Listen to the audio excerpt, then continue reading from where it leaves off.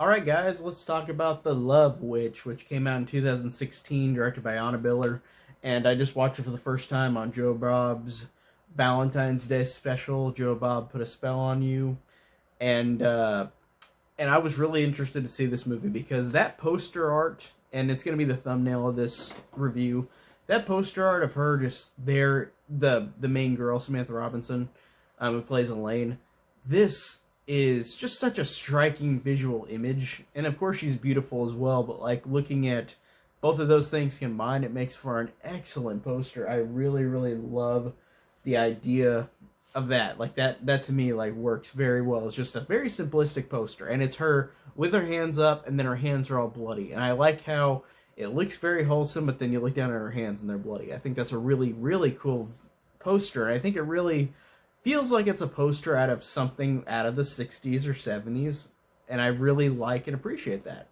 Now, it's weird because the movie is a modern day movie, modern day 2016, but it is so in the 60s that it is so incredible to see the use of, apparently, Anna Biller, the director who wrote, produced, and directed the movie, also did all the costuming. So this, and all the costuming, all the visuals. So like this, everything about it looks like it's 60s. And I am so surprised that it was not made in the 60s and how it looks.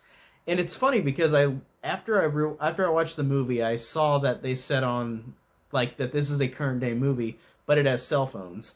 And so it is in current day, but the striking visuals of it honestly make it to where whenever there was a cell phone, I honestly didn't even think about it because the movie was so embedded in how it looked like the 60s that I didn't even notice really. Like that's so interesting to see those minute references to current time, but then they're so minute that like I don't even think about it, and I really appreciated that. I thought that was a really cool idea as well into the movie. But the movie is shot on 35 millimeter, which is really interesting because they haven't done that in a long time.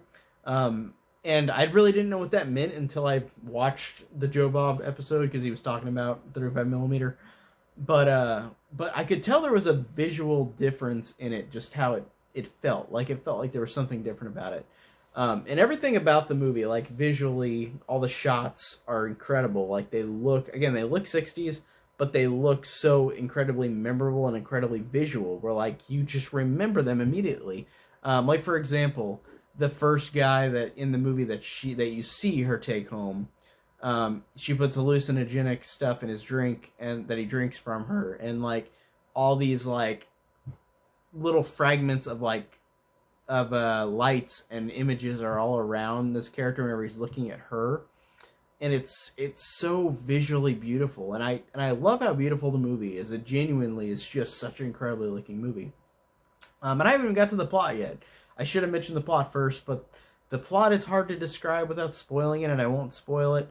But it is about a modern day witch named Elaine who takes guys home with her, and she wants to find love, but then it always ends in dire consequences.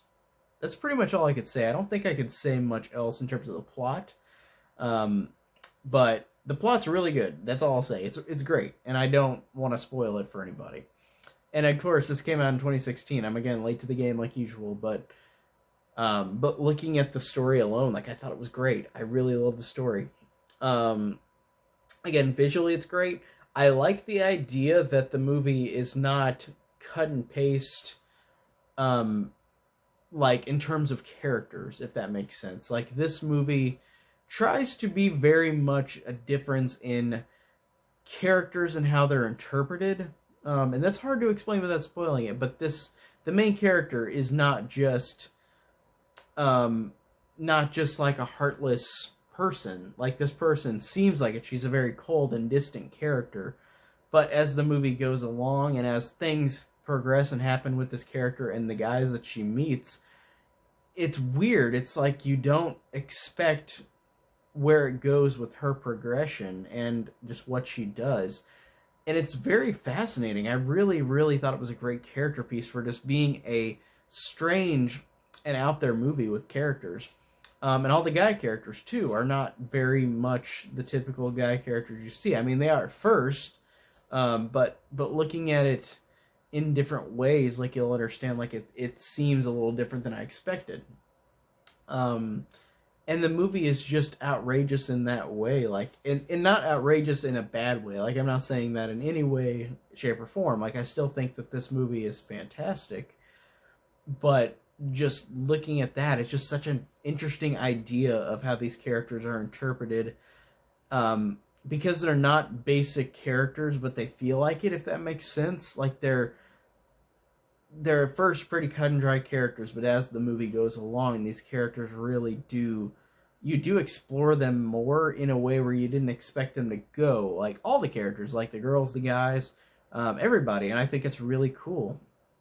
And I liked too that they were interpreting the movie in a way where it's almost like a femme fatale, almost like this main character, but because she is a dangerous, beautiful woman.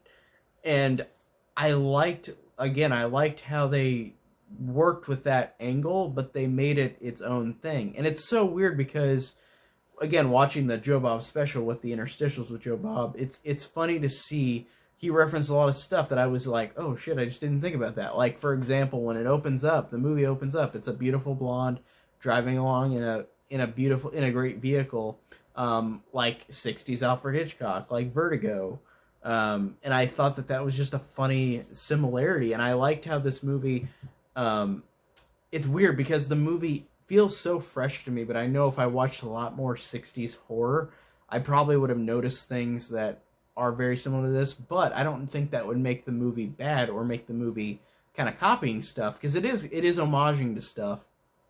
But I hope that if I watch more movies from the 60s and I realize that, and I notice that this is still going to be unique on its own thing, even though it borrows elements. So I thought that that's a really cool thing as well. Like, it's so cool how unique and fresh it feels, and the ideas that it kind of copies. Like, it's so weird. Like, again, the movie is such an interesting movie because it's not a straightforward movie in terms of, like, what you see is what you get. And I really like that this movie does that a lot. Like, that's a really cool thing. Again, really, really dug it. My only issue, and I think it's just because I watched it with the Joe Bob segments, was I felt like it was a tad too long, by just a tad. Like, I felt a tiny bit disinterested towards the end, but then at the end I was like, oh shit, okay, cool. But I feel like that's just because I watched the interstitials with it as well, so that makes sense. It was 3 hours long with that, because the movie is already 2 hours long, so it's an hour of Joe Bob and Darcy and then 2 hours worth of movie. So I wonder if I'll watch it again and not watch it with that, so maybe I'll feel like it flows better, because of course whenever I watch these movies on his show, it's like there are sometimes where they don't like flow as well, but it's because he's supposed to interrupt the movie and be there just to give an insight, which is great. But I wonder if I feel different if I watch just the movie itself.